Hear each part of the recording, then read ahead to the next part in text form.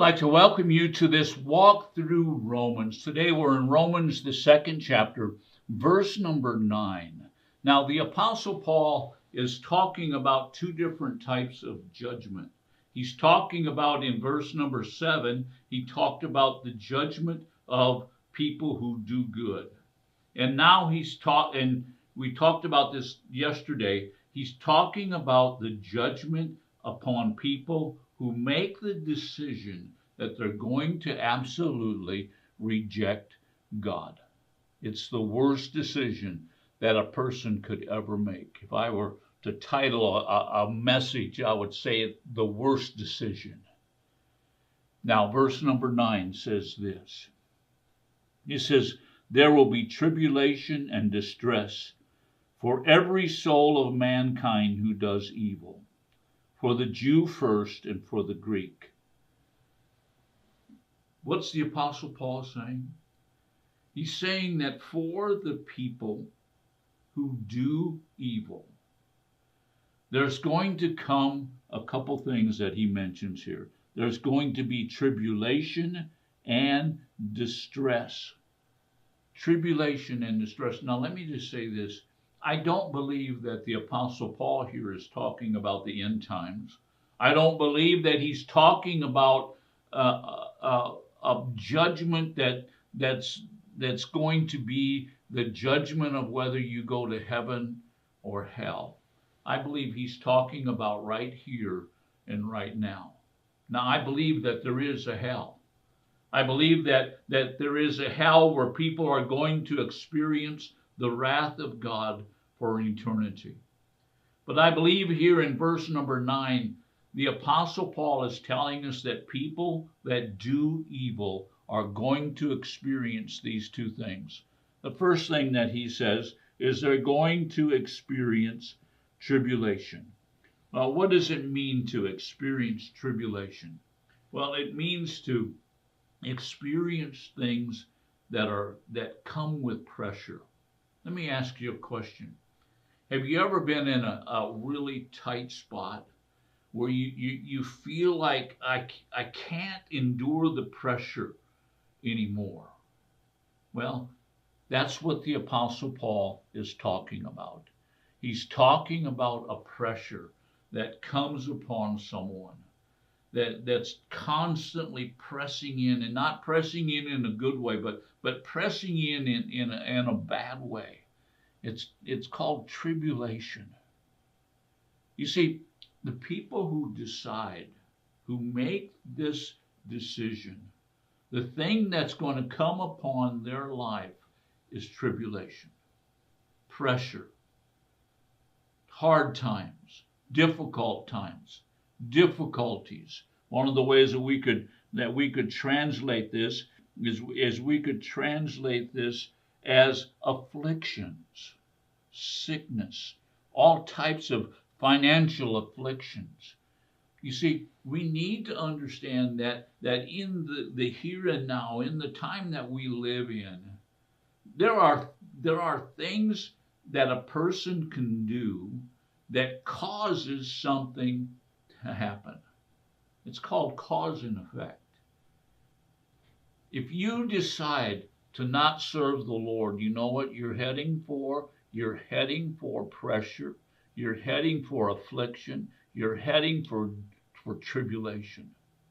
Now, the next word that the Apostle Paul uses here, he says, and distress. Distress. What does that mean, distress? The word distress means to be in a narrow place. How many of you have ever felt like you just couldn't move? Well, now the Apostle Paul says this is a distress for every soul of man.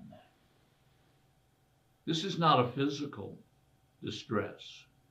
This is a distress that takes place in the psyche, in the mind, in the soul, in the will of a man.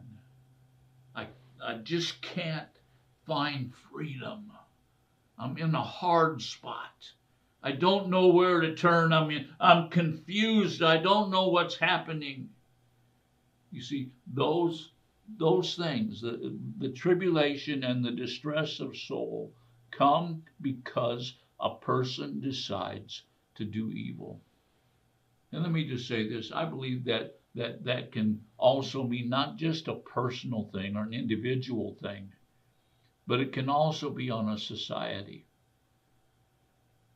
We need to understand that right now, in the here and now, people are going to experience bad things if they decide to continue in evil. Now let's go back to verse number 9. To every soul who does evil, for the Jew first, and also for the Greek. Everyone, every person that decides to do evil, these two things, tribulation and the distress of a soul, are going to come upon that person. Now let's move on to verse number 10, because he changes here in verse number 10, and he says, but glory, honor, and peace to everyone who does good, to the Jew first, and also to the Greek. Glory, honor, and peace. Now let me ask you a question, and it's not a difficult question. If you could have glory, honor, and peace, or tribulation and distress of soul, what would you take? You see, the word glory means praise. How many of you know that we give praise, we give glory? It's the Greek word doxia. We give glory and praise to God, but you know what? God gives glory and praise back to us. He says, thank you. Thank you for a job well done. Well done, thou good and faithful servant. Wow, what a beautiful thing to live in a place of the glory of God, where God's approval is upon you. What a beautiful thing. And then it says honor. The word honor means respect. How many of you want to live in a place of respect? Well, then do what is good. And then the last thing is peace. Instead of having distress of soul, you know what? The Apostle Paul says if you do good, you can have a life of peace. And again, at the end of verse number 10, he reminds us this is for the Jew first and then the Greek.